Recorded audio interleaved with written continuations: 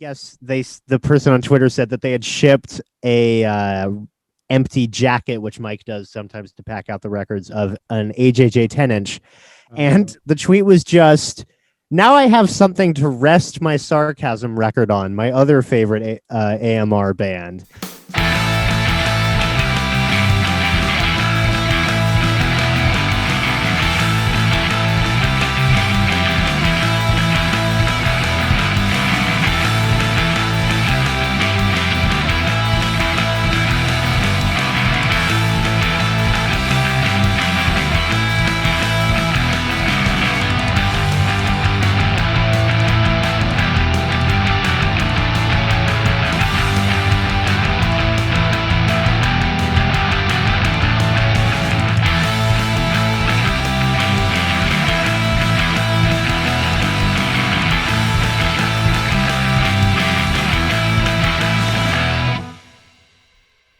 Alex, Mateo, hey, how's it going?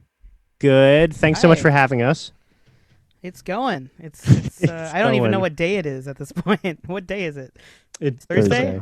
It's a day. It really doesn't January matter. Or February. It's Sell the Heart podcast day. Yeah, that's kind of all that matters. It's today. That's the only day that matters, right?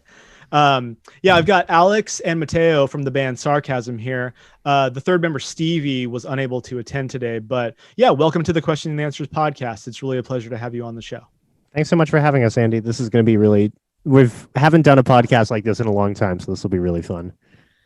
Yeah, I'm looking forward to it. So you guys have recently put out a record. It came out in 2020 called is just self-titled. And it was released via Asian Man Records. And I believe it's your third full-length record, correct? Fourth, I think. Oh, fourth. Third of what's currently available on most streaming services. The first one we don't talk about as much. The first one is only on Bandcamp and only in like CD form if you ask the right people. I see. So that's the one that's going to be like your guys' golden parachute. Like when you guys, become like the iconic, 2020s East Bay punk band that people like are talking about on the Lookout, message board on Facebook like 30 years from now. I'm if sure Facebook even exists, right? Yeah. Oh man. I think we made like 20 CD copies in total. So, and I think I know every person individually that has them still. So I think I know every person individually who listened to that album and still listens to it. I definitely have been in a few bands over the years where, we made like a very, very small number of whatever recording we happen to have. And they're sitting somewhere, probably collecting dust, or somebody's loving it, and listening to it over and over. I mean, I don't know how it is for you, but there's a few bands that I've been in where the recordings are kind of just lost into the ether. And like, I don't even have a copy of them anymore. And I'm kind of dying to hear them again because it's been so long. I do you have any bands like that you've been in? There was my first band that I was ever in was this blues band called The Gents, and we only played one gig at my middle school's like harvest fair, like fall celebration carnival. And there's like a really old, like someone still had a Betamax like camera and filmed it onto a Betamax. We don't have the camera anymore. I know where the tape is, but I've never seen it. And that's the only recording that exists of that band, I think. But Sarchasm has been pretty well documented, I think, thanks to us starting kind of right when like social media kind of really was becoming the way to do band stuff. And we filmed almost all of our early gigs, and I think every show throughout the first 3 years we filmed. So we have a lot of archival stuff for us. I think we lost about 2 years worth of those shows though, because those are shows that I filmed, not Alex's dad, and I put them on. Right. It was my top at the time, which I'm pretty sure is like years dead. That hard drive does not exist. That computer doesn't exist anymore. So I remember solidly what shows we had documented that now don't exist anymore. Which is so crazy. I guess that then. Yeah. Yeah, no, I mean, I think that archival like footage and like those old demos and old recordings can be like such a treasured, thing to hold on to, and kind of like a look back and laugh kind of thing, because Hmm. music and creating stuff can be so like grueling sometimes, that when you have an opportunity to just kind of like reflect on like, yeah, man, like, we were doing this just for the hell of it, and we were just fucking everything be damned, and like we don't have like a crazy agenda, and I personally really love that kind of stuff, and I know that sometimes people are not like that into nostalgia, but I don't know, I think that there's value to it, but I'd be down to check it out sometime. But yeah, so you guys have been a band now for it's like 8 years, 9 years, something like that. 10 years. We 10 celebrated years. 10 years last October. Wow. We actually dropped our album on our 10-year anniversary of meeting for the first time and deciding to start a band.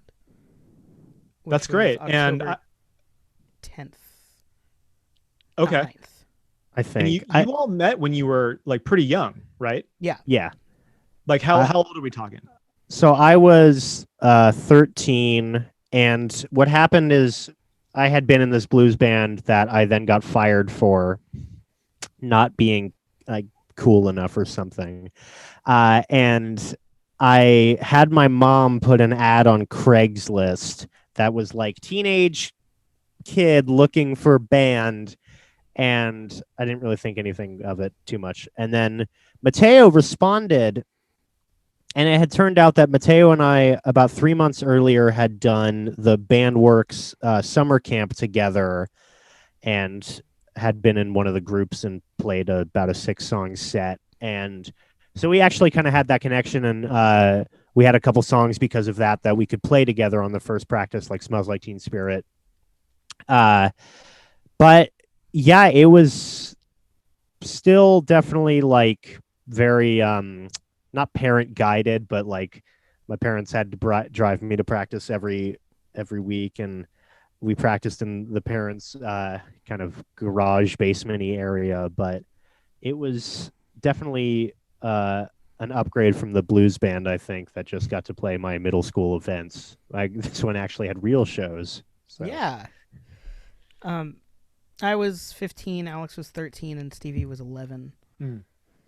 And Stevie and I are siblings, so we lived in the same house and still live in the same house, and invited this weird guy who lived, less than a mile away, and had lived less than a mile away pretty much the entire time over to our house. Yeah. So out of curiosity, you're from the East Bay area originally? Mm-hmm. Like Berkeley, Oakland, Emeryville? Yeah, so Mateo and Stevie's original house was at the top of Solano Avenue, and I'm just down a little bit above the El Cerrito Plaza BART station.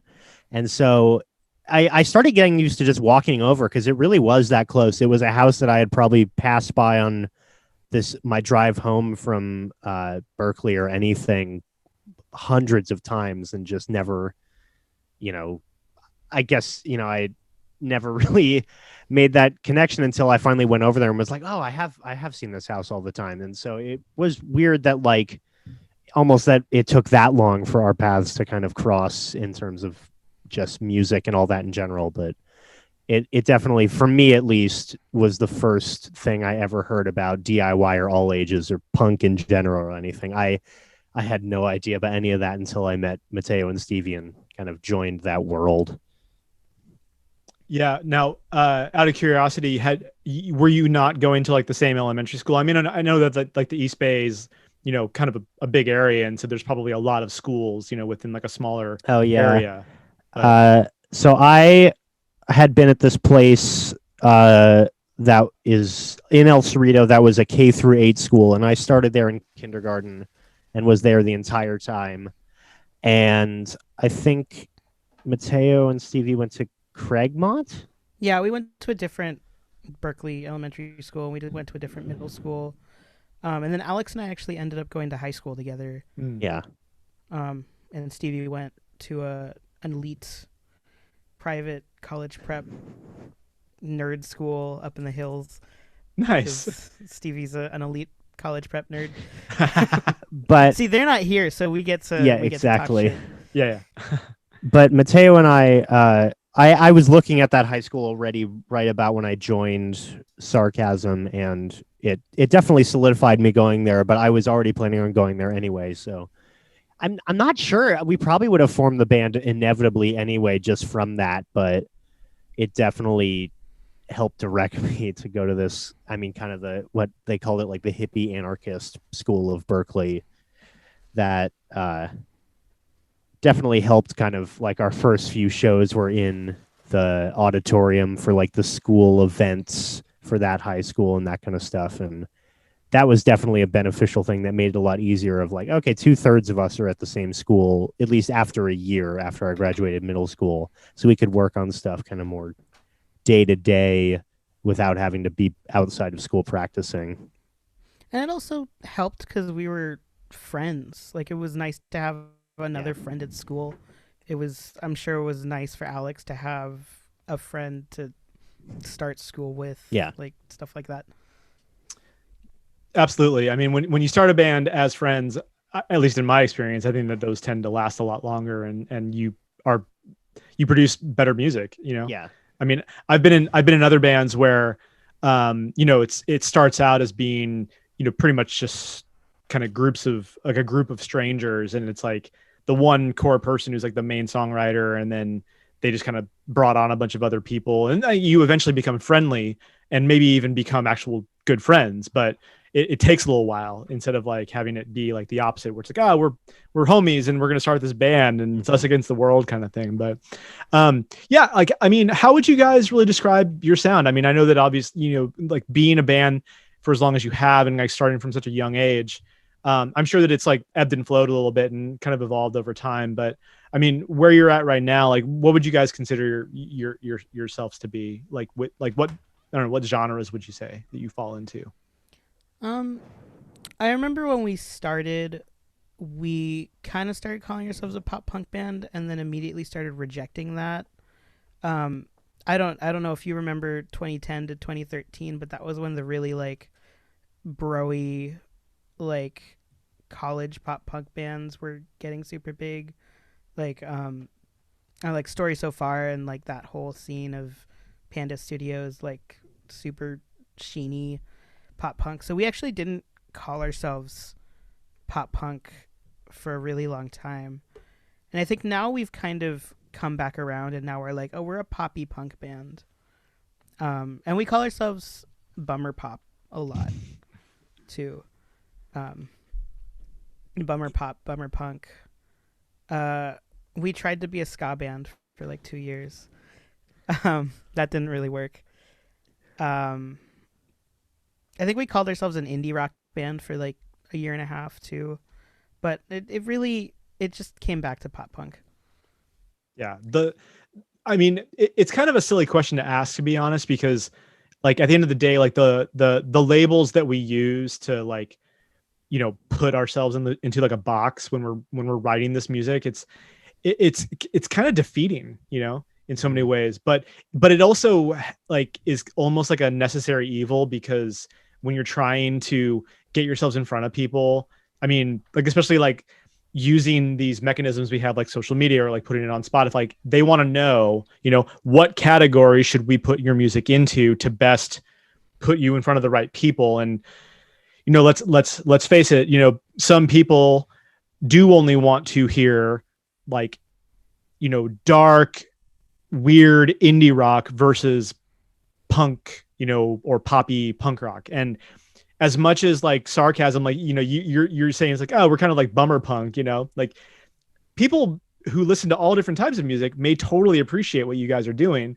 but they may never hear you, because unfortunately you're having to like put yourselves into like these weird boxes. And, that's kind of unfortunate. I mean, when I listen to you guys, I definitely kind of feel like this kind of lo-fi, just kind of like, lo-fi indie with like a little bit of like a pop hook, like vibe going, almost like a Dinosaur Jr., like a Cracker, kind of thing, or like a almost like a Camper Van Beethoven, or like Mr. T Experience. I get like pieces of all of that, in this, but it's nice. It's like youthful, and like I think anyone who's into just like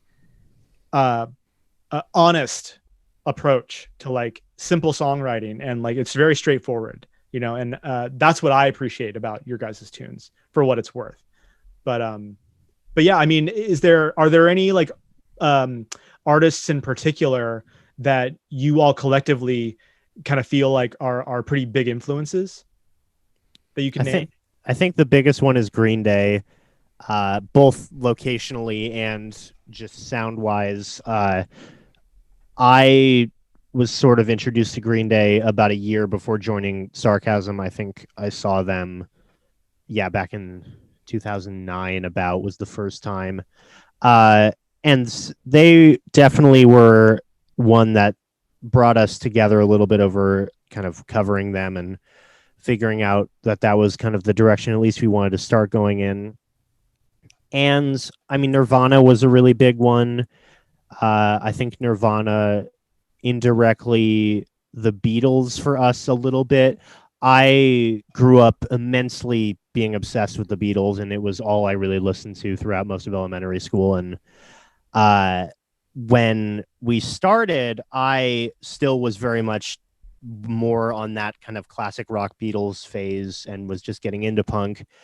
And a lot of that was what I think pushed us towards like the more kind of poppy mentality. And I think what made me at least reject pop punk as the genre, because as I started to become aware of bands like Blink-182 and like the Warped Tour bands, it was true of, I thought, well, we sound nothing like this. And the lyrics were writing, especially like to Blink-182 and I guess like All Time Low and those kind of things, are just so different in terms of how we write. And a lot of like our writing is like, again, like Beatlesy, like characters or like story stuff, or just trying to keep it more sort of engaging in every aspect rather than like anthemic. And we've never fit like the pop punk like anthem about, as much as we joke about like leaving your hometown and going off and touring in a van and living the pop punk lifestyle and drinking. I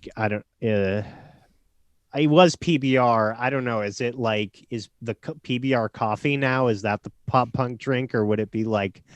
No, I think pop punk still drink White Claw now. Oh, true. Yeah. Yeah, I was gonna say I think White Claw has kind of overtaken everything at this point. Yeah. We missed the fest when White Claw had just started to take over. So going back, it'll be interesting to see how that goes. But yeah, I mean, Green Day, Nirvana, the Beatles, a lot of the early Lookout stuff. Eventually, I didn't know about it at that point, but that definitely became a big part.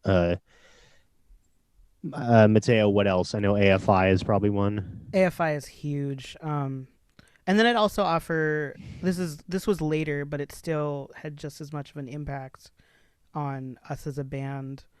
But the Decemberists and like that kind of whole like indie folk scene, and Jeff Rosenstock, all of Jeff Rosenstock's projects. Yeah. I mean, that's a really good list of like bands to kind of take from, though. I mean, if you're thinking about like just song craft in with respect to like pop sensibility, but still, you know, universally acceptable with respect to, it's like, hey, like none of this stuff is like ever going to be thought of as like bad, you know? Like, I mean, sure, like those bands all have songs that are not great, you know, but those bands all know how to write good songs, like pretty much universally. Like, I mean, the only band out of that whole list that I would think has probably fewer good songs than the majority of their recordings would be AFI. But even AFI like has at least 2 albums worth of really, really, really good songs that you can choose from. So, and that's impressive for any band to be able to pull off, you know? That's a great list of influences to choose from. Now, you mentioned Lookout Records. You know, I know that you guys are pretty affiliated with like the Gilman scene, and I think all of you have done a lot of volunteering there, correct? Yeah. Mm-hmm. We all currently and have held a lot of positions there. I'm currently on the financial board. I have done the garbage removal. I've done the graffiti cover-up job. I've, like everybody, run door, helped coordinate a little bit. I'm training to be a coordinator when we come back. Just kind of a little bit of everything. Yeah, right now I'm head booker. I've been head booker for the past 3 years. Interim head coordinator and head of social media. And I also was head of sound for 3 years. And I actually just gave up that title last November 2019. And of the three of us, I've been going to Gilman since I was 12. I started going first as a patron, then as like a shithead like teenager, and then finally I started volunteering for real. I quickly got super into wanting to learn sound. I learned everything, and kind of became head of sound by chance. And because I was there so much, and because the only way Sarchasm could play shows at Gilman was if we volunteered and like bothered the bookers there enough to put us on shows. We were there a lot, and we've played so many Gilman shows. It is our house. Yeah, I think the number last time I checked was like 53 or something in the past 10 years. And a lot of it was like, I mean, Tony Two-Tone booked us on so many ska nights, which, as much as we joke about, like, it was that or nothing, and playing ska nights at least brought us to a little bit more people, and led us to, I mean, we played with some decent shows, like playing with we ended up playing with like Bum City Saints in the early days, and we played with the Shees when they were still kind of beginning. And Holiday Bowl, I think, was our first show, and it was like some decent fun shows to start out with. But the volunteering, I think, has also just made it all that more valuable and enjoyable of an experience as a whole, because like it's fun to like weirdly play a show and then jump off, and then you kind of end up there next week, and sometimes people are like, oh, I remember you were here last week and you played in the band, and now you're here doing the door sales or something, and you kind of start to know people more than just like the audience. You know them as like the community of it, and that makes it like more of a kind of like a community experience, rather than like I'm the performer and you're gonna watch me and then I'm gonna leave.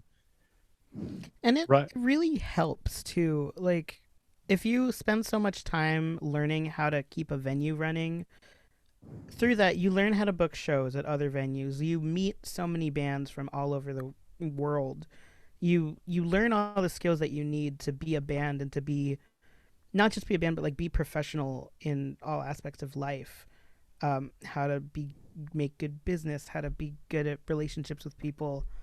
Like we learned how to book a tour through volunteering at Gilman, because we would see what bands our size in their towns, like what routes they would take coming through the Bay. We'd trade shows with other bands. I don't know. I'm like a audio engineer by trade now, and I got started by running live shows at Gilman. So I don't know. I always like to say that our involvement in Gilman taught us everything that we know about everything that's important to us, and like give us that foundation. That's awesome. I mean, it's actually not an uncommon story. It seems like, I've known a few people over the years that have, been, volunteers and, part of that whole co-op, scene where they've been doing like the actual jobs there, like booker or sound person or main coordinator or anything like that. And, it's a huge undertaking, because, that club's been around for several decades now, like 30 years. And, it's been just alive, and thriving, in some, and like it's seen highs and lows. But it takes people doing that work. And I mean, that's super impressive, and I mean, shoot, I certainly appreciate that work that you guys were doing, because I still like to go to Gilman every once in a while when I can. I mean, I don't go nearly as often as I used to. And I didn't grow up in the Bay Area, but I remember always hearing the stories and being like, oh, Gilman Street. And then when I finally got to go and play a show, and experience that whole thing. It's a really special place, and I think it takes a lot of special people to really do that. And yeah, that's great. I mean, I hope that once this is all over, that you guys can really keep that place up and running. Like, I know that like you guys have done a few fundraisers to try to raise some more money, and thankfully the community of Berkeley, I think, really does a lot of work to like try to keep that place in line, even though there's probably some people that are still like in the back of their head like, we could probably just let that place go and that'd be fine. But I mean, it's such an institution now, I mean, it's world famous. But I think it'll take a lot at this point for Gilman to actively go away. Yeah. I think there's enough history there. Although I guess I'm sure they said the same about CBGBs or whatever, but I think there's enough history that's still active today that should we be in any like legitimate danger, there would be a rallying cry and like there would be help.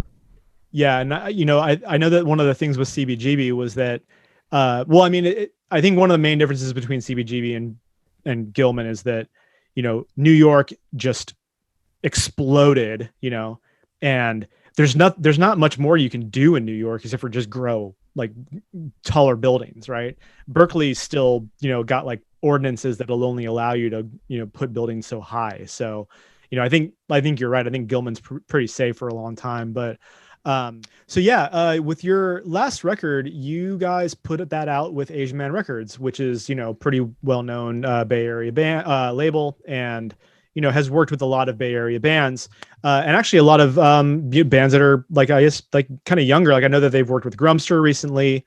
I know he's done some stuff with like I know his band, like Kitty Cat Club, is like made up of like some like younger folks and whatnot, which I think is really great. Because I think it's rad that he embraces like kind of a more youthful vibe. I remember like Link 80 back in the day, like one of the first bands he ever worked with, like they were all like teenagers when he started to work with them. And yeah, I mean, that's pretty cool. But how was that experience, like working with Asian Man? I mean, was that something that like you were like were you intimidated by that at all or anything like that? It still doesn't feel real sometimes. I feel like I don't know what I personally expected when we started this band of like where we would get, what we would accomplish, where we would go. But still, even now to this day, the fact that we have not only just put one thing out with Asian Man Records, but put out like 4 separate releases, and we have like a relationship with Mike Park and like the people that he works with separate from us, like know of us through him, and that whole, we're a part of that whole family, still blows my mind like every day. It's so cool. It's just so cool. I can't believe it. I can't believe we did that. It's like you get stuff. Oh, what was there? Mateo, I don't know if you saw the tweet earlier, but someone tweeted out something saying like, ordered the new Alkaline Trio repress of is it God Damn It or is it just Damn It? It's goddamn it. It's well, crap. Mike's gonna kill me now. God damn it. The new repress on Coke Bottle Clear. I do follow your social media, Mike. And so I guess the person on Twitter said that they had shipped a empty jacket, which Mike does sometimes to pack out the records, of an AJJ 10-inch. And the tweet was just, now I have something to rest my Sarchasm record on, my other favorite AMR band. And it was like, what other world would that be of like AJJ is being used as our coaster? And it's just like,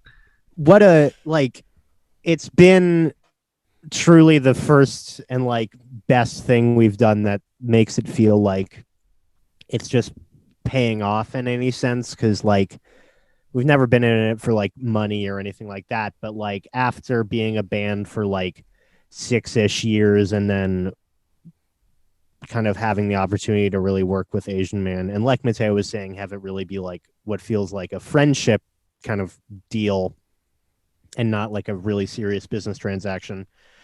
It's just made it really rewarding to get to do it. And he's really open to all of our like crazy ideas and kind of our, like, we put out an album last year, or I guess 2019, 2 years ago. And then almost just like a year later, we're already back and recording the next one, and he's fine to kind of keep putting it out and working with the new bands. And I think what you said, Andy, is really important about that, of like Grumpster, Small Crush, and all these kind of local Gilman Bay Area kind of bands.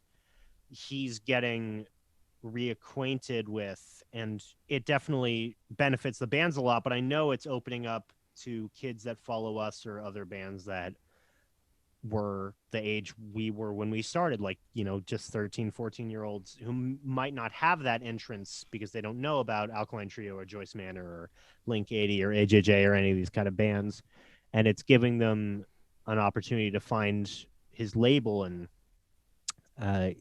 giving him this whole new audience. And I know he's joined like TikTok because of some of the younger bands like Small Crush and Grumpster really encouraging him to do so. But it's nice to feel like, I guess, like the third or fourth kind of, I guess, like fourth wave of Asian Man records is kind of occurring now, and it's kind of coming back home to the Bay Area and being really centralized, which is a really nice feeling. Absolutely. Yeah. I remember when I was, you know, a little younger and in playing in a few bands, Asian Man was definitely like one of the labels that I was really hoping to at some point get the attention of and like try to impress, you know. And I've had the pleasure of meeting Mike a few times over the years, and he's such a really good dude. Like, he's just a down to earth guy. Like, there's nothing intimidating about him really at all, you know. And like, I think that's just kind of like that youthful kind of like, oh shit, it's Mike Park, you know, like, what am I gonna say? And just like, oh, just say hi. Like, he's totally a cool dude, you know. But you know, I only asked just because, like, you know, Asian Man's kind of a big deal, especially like in the Bay Area. And I mean, the guy like has done so much rad stuff, like through not only Skang and Pickle and like Bruce Lee Band and like the Asian Man Records and like the Plea for Peace and like Anti-Racist Action, like, I mean, and, you know, he's got a pretty strong affiliation with like the Gilman crowd and everything. You know, he's done a lot of stuff with, you know, organizing shows there and everything. I remember I saw the Plea for Peace tour come through there. It was easily one of my favorite shows come through Gilman ever. It was the Plea for Peace tour where they had Alkaline Trio. Blue Meanies was supposed to play, but they couldn't play because they were technically on a major label at that point, which was like, okay. Yeah. Like, but like Link 80 played, who else? Tuesday played. I think MU through 30 played. Angelo Moore from Fishbone came on and did like a Dr. Mad vibe set, which was like completely unannounced. And like, here I am thinking like, fuck, it's Angelo Moore. That's rad. And yeah, no, I think it's really great that you guys have been able to work with Asian Man. Asian Man's a great label to be affiliated with. And his TikTok is actually hilarious. If you haven't checked it out, I definitely, anyone who knows of Mike Park and kind of understands his humor, I think would really appreciate what he's doing on TikTok right now. Yeah, I don't know. I know. Do you guys really fuck with TikTok at all? We have an account. I think we follow Asian Man and Grumpster, and like I've debated. I think once like touring and shows come back, it'll be easier if like we're all in the van to think of stuff, but I just don't feel motivated enough to make an effort. We do have one. I'm sure it's at Sarchasm Band or whatever on TikTok.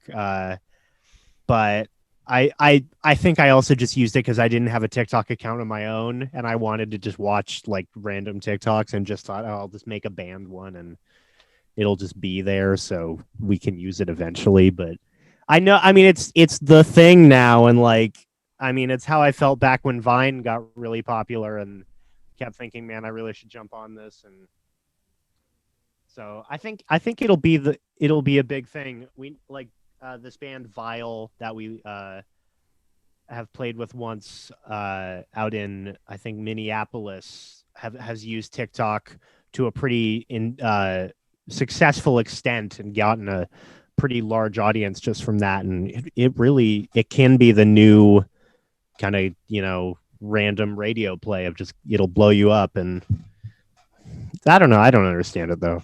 I'm thinking once you like get over 20, I think you start losing the grip on the social media stuff. Yeah. Except my mom loves it, so I don't know. There's that. Yeah. I mean, I mean, not to wrap on TikTok too much, but it is kind of interesting. I mean, I'm kind of, I guess, like a sociological kind of nerd sometimes, like weird societal like archaeology, and like it is fascinating to see like what these social networking apps kind of do to people and how quickly people kind of adapt and adopt. I mean, I remember I heard about TikTok, and initially I was pretty like just not interested. I was like, no, dude, I'm already like plugged into Facebook. I'm using Instagram. I barely use Twitter. Like, why would I want to take on another one, And my wife actually really loved it. And she was just like constantly laughing. And I was just like, what are you laughing at? She's like, TikTok. And I'm like, really? And so I finally went ahead and bit, and I, started an account. And I mean, I don't claim to be very good at making like funny videos or that I'm really all that interesting, to look at, but it is kind of fun to use. And I think it's just, one of those things like anything, like you just kind of have to practice at it. And sometimes people are just naturally very able to portray like this, interesting, charismatic, viewpoint on life. And maybe they have very interesting, funny things to say, and they know how to edit it really well, and it works. I have seen some bands using it really well, to your point about that one band. I actually think Mike Park's doing a great job at it too. I think like he just found like a niche, and I think that's one of the main components is like if you have a thing that you're good at and you can just do it often and get it in front of enough people, then yeah, you'll blow up. But I guess to what end though? Like if you're in a band, like if you're trying to leverage your band's marketability somehow, but you're also using it to only talk shit about like politics, like I don't know how those things can be like work together, So yeah, I don't know. Like I'm fascinated by it, but I just don't know if I'm really gonna be able to use it very well. Yeah, I think it's a total chance kind of thing. I realized the only thing that I've seen really recently is this band we've played with a couple times. That's also an Asian man, Dog Breath, from Phoenix, Arizona. Then they moved to Seattle and moved back to Phoenix. It might be Tucson. I think it's Phoenix. Someone on TikTok bought their first album and reviewed it to a bunch of people. And then within a week, they were interviewed by Rolling Stone and had like sold like 2,000 copies of this album that had only sold like 10 copies originally, and like are, I guess, in the top 5 of Asian man streaming bands ever now, because, and it's like, it's much more like random success of someone else, I think, can really do it. And it's just kind of like, oh, that was lucky that happened. Not that Dog Breath is bad, but they're really good, but it's not at all their thing that they did. It was just, the app helped them in an indirect kind of way, I guess. I'm still shocked that happened. But it's just another tool, like, yeah, to learn and to try and use and figure out how it will help. Yeah, absolutely. Like that's what I try to like talk to the bands that I work with on Sell the Heart. Like, and I try to encourage them, because, I've talked about this before on the show, where I think a lot of bands are just not really interested in trying to do a lot of work outside of just the work of being a musician. Right. And that's great. Like, that's fine, because that's already hard enough. Like honing your craft and getting good at your instrument and like learning how to be a better singer and like how to be a better songwriter, that involves a lot of work. And that, should in a perfect world be rewarded by the people that enjoy it, giving you a few bucks for your album. And then hopefully that being something that you can, go on and hopefully make at least a modest living off of. Right. However, because of like this new world that we're living in, music and culture and like things just, they happen so fast, and it's happening faster and faster all the time. And our attention spans aren't even, able to keep up with it anymore, So it's kind of hilarious that now like Vine and like TikTok and even like YouTube and podcasts, like the shorter it seems like the better, like it's gotta be like these small doses, or else like people just kind of say, nope, I don't have time for this. Like, just give me the bullet. That's all I want.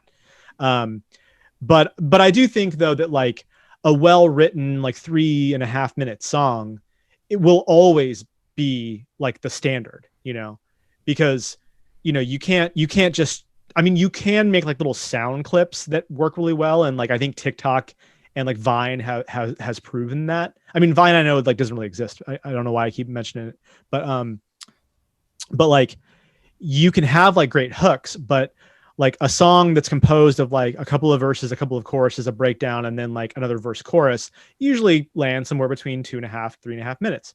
And that's kind of the gold standard. And if you can get really good at that, and doing that well over and over and over again, you've got a good formula for success. But on top of that, being able to market yourself, and especially if you can market yourself without having to pay anyone to do it for you, that's a really good tool to be able to have.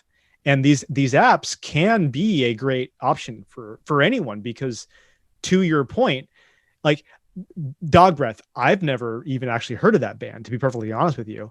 And if all of a sudden they're now like one of the top streamed albums on, Asian Man because of kind of a fluke, I mean, more power to them. That's great, and it really could happen to anyone. I mean, it could happen to you guys, Yeah. It's like I remember just tangentially, like when we first met Mike, one of the things that he had just put out was the newest Dog Breath album in that point, which was, I can't remember what it was called. It's a great album though. Whatever album came out in about 2019, 2018. And I remember asking him, just because I was trying to gauge like how pre-orders did just based on the label. And I said like, how many pre-orders have you gotten so far? The album comes out in a week. He said like 6 or something like that. And I think it went on to sell a lot more than that. But yeah, what a transformation it can be. Yeah, from relatively unheard. But so fingers crossed for more of that. Yeah, we need to find an influencer for you guys. Yeah, exactly. Like, which influencer will it be? God, I hate that fucking term so much, dude. I hate it. I mean, technically, in like, if you really want to think about that term, like any band or anything that's on Instagram or whatever, that's like, if we tell you to go buy a record and you go buy it, technically we're influencing you. It's not that like, it's not a career in my, I don't know. Yeah, no, I know. Like, I don't want to go down that rabbit hole. Like, we're probably just gonna get mad if we do. But anyway, yeah. Speaking of labels, so you actually run your own label called Lava Socks Records. Yeah. I run. Tell me a little bit about that. I run it out of my basement right here. All the extra stock and stuff is right next to me, actually. Mateo and Stevie have been a big help with it. My parents help. My parents pack records with me pretty consistently. It started as a kind of thing of, I kind of really dove headfirst into Lookout after kind of reading Larry Livermore's book, and kind of become inspired. Of thought, oh well, this really just started out from fun anyway, not to blow up or anything. I should just try it, and it's gone super well. It's been a really amazing thing. I think we've done around 30 releases. A lot of them are cassette stuff, because I basically, except for getting the cassette like blank, I do everything in-house. I make all the labels, make all the jackets, burn and duplicate all the tapes. And it's really a way for like newer bands that might not have, any real audience yet, or if they're their first release, the amount of investment I put in, especially if they're interested in helping buying the tapes or something, that goes into a run of 50 tapes. It's like $100 and something bucks, and it's nice to help them out. If I sell a couple copies, that's great, and it makes it back a little bit. But like, I've put out Mateo's like hardcore band that happened a couple years ago, Clocked, and just kind of fun side projects. And it all started with a friend of ours band was doing like a one-off show in this apartment called Storyville, where we used to do shows.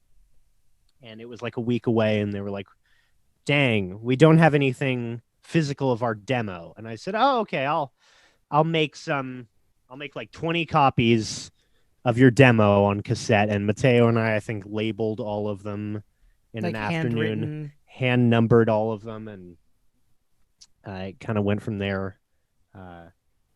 Yeah, I mean, we've done some amazing stuff. I've gotten to work with Asian Man on Green Day tribute compilation, which was incredible.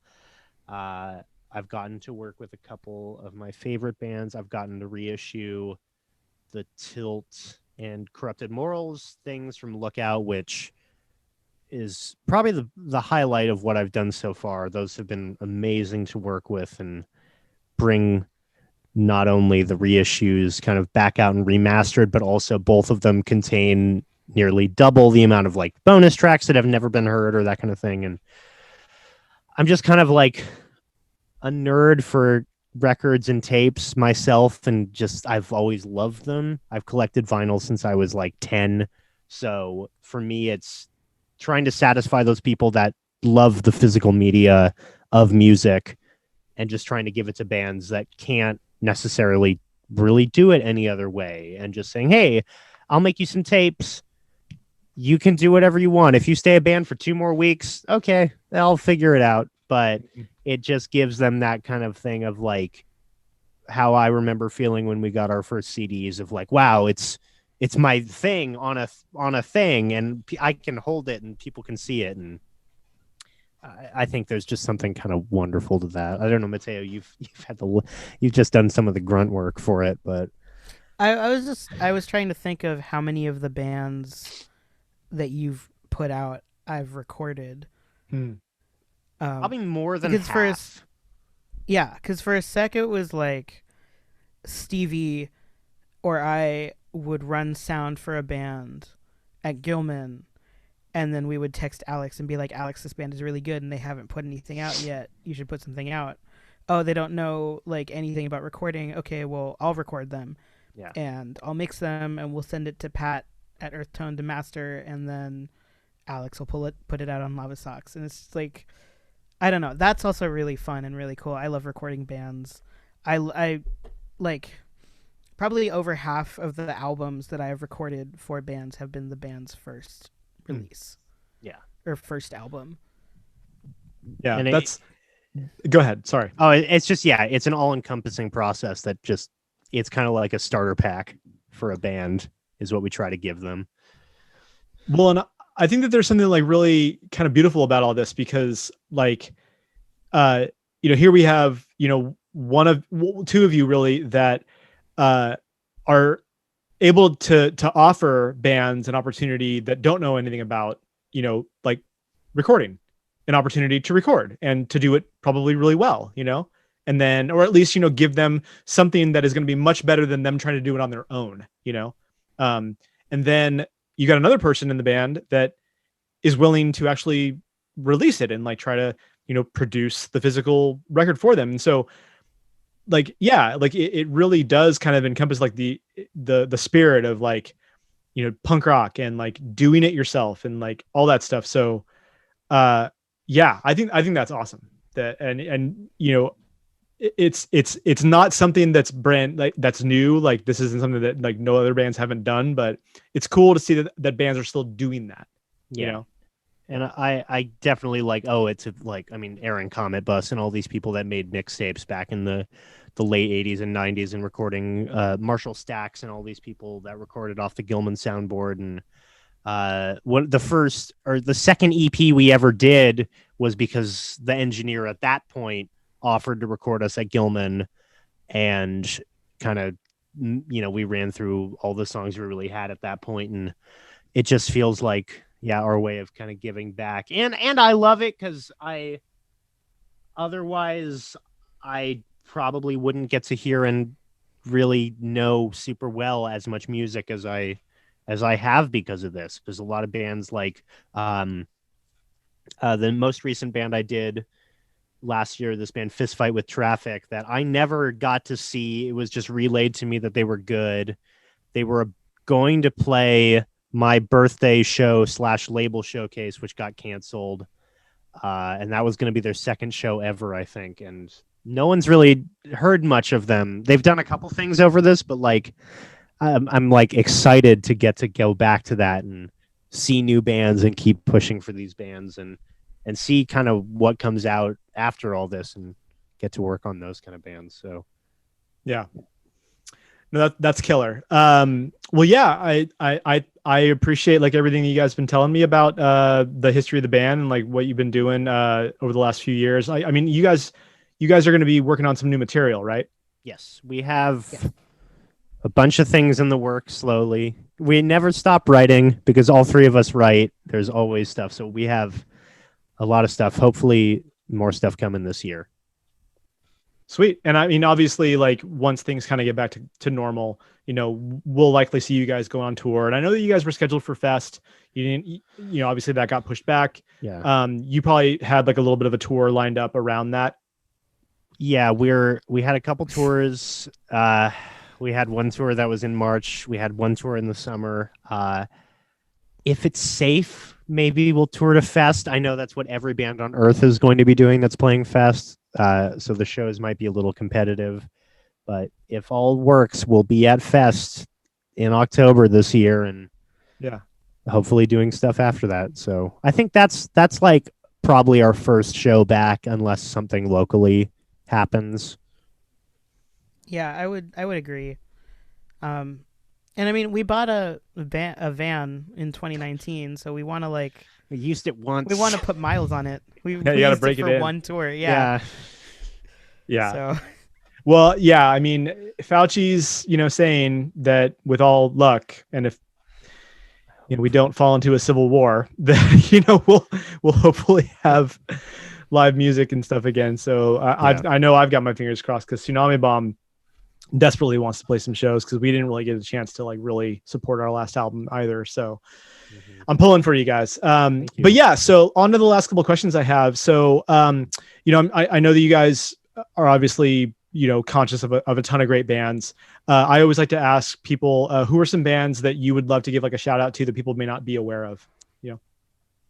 I think the core 4 or core 3 is on the most recent thing, like 7-inch we did, which was on Asian Man called Friend Split, which is Danger Inc. from Sacramento, Get Married from San Jose, and Grumpster from Oakland.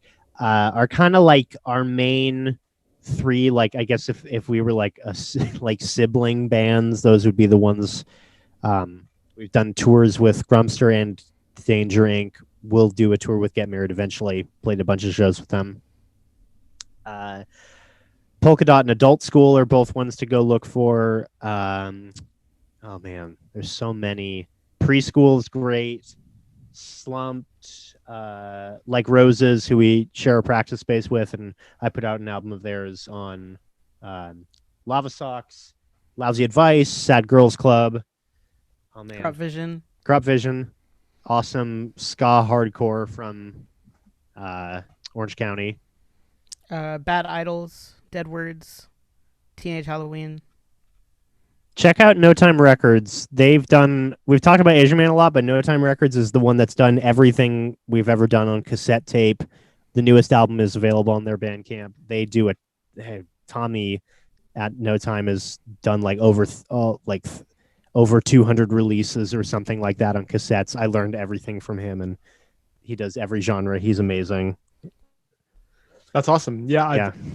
I know the name. I'm not super familiar with that label, but I definitely have heard the name. So a lot of the like Bad Time Records stuff, if there's been a cassette version, has come out through No Time. Typically, he's kind of like the go-to for that like ska punk kind of or like crack rock steady, anything like that. Stupid Henchmen or any of those kind of bands, and lots of folk punk too. Lots of folk punk, yeah. And it's strictly cassettes. He does vinyl and mini CDs, like those little CDs that are about this big you used to get. He does those for like CD singles and stuff too. Oh, cool. Yeah, that's awesome. And then like my last question that I like to throw out to people is, if you were stuck with 5 albums for the rest of your life on like, let's say a desert island, what would you pick? So I think Mateo and I do have a joint list. So the first one I think is American Idiot, because it's like the Green Day album that I think all of us, Stevie included, like really got into Green Day because of. And it's a pretty long album too, which is an advantage if you're on a desert island. I guess you would want to pick like the most content. But it's just like that album's hard to beat. It's pretty amazing consistently throughout. And as much as I love Dookie, I think American Idiot just has always been my favorite, just with G's of Suburbia especially and all that. And then, yeah, Mateo, what's number 2? Number 2, I think, would be The Crane Wife by the Decemberists, which I think is collectively our favorite Decemberist album. Yeah. Again, a long album. I think it's one of their best, if not their best. I really love that album, and I think it's so good, and it's another thing that we listen to as a band so much. Yeah, it definitely, like, midway through our band career kind of had a revelation of like trying to write more complex kind of arcing songs because of Crane Wife, and ended up doing that with our Tides EP from 2017, and it's been such a huge thing. Worry from Jeff Rosenstock is probably the Jeff Rosenstock album if we're going to pick any. Again, I think because it's a pretty long album, but also that album just flows incredibly well. It was hard to think of a way to follow up We Cool as good as that, and somehow he bested it, and I think that one's pretty incredible. If you're listening, I'm sure you know Jeff Rosenstock, but if you don't, go listen to that one. I put The Wall because that's a gigantic album, but to be fair, for me, Pink Floyd, and I think actually Mateo and I had a conversation originally about covering The Wall, kind of like we did the Gilman Street Dookie comp back in like 2013 or something. This idea of doing The Wall as like a big tribute album just because there was so many tracks and all the bands you could get to do it, and it's kind of this sweeping epic. And a couple of the tracks on there I would consider my introduction to like hard rock, almost punk kind of aggressiveness and yelling and stuff like that. And our high school was a big Pink Floyd fan base too, so yeah. I think the last one we would do would be some form of Nirvana live album. Like Unplugged or not Unplugged, but either Muddy Banks of Wishka or Live at Reading. Yeah, I think both of those, especially, I mean, Live at Reading, some of the performances on there for Like Come As You Are and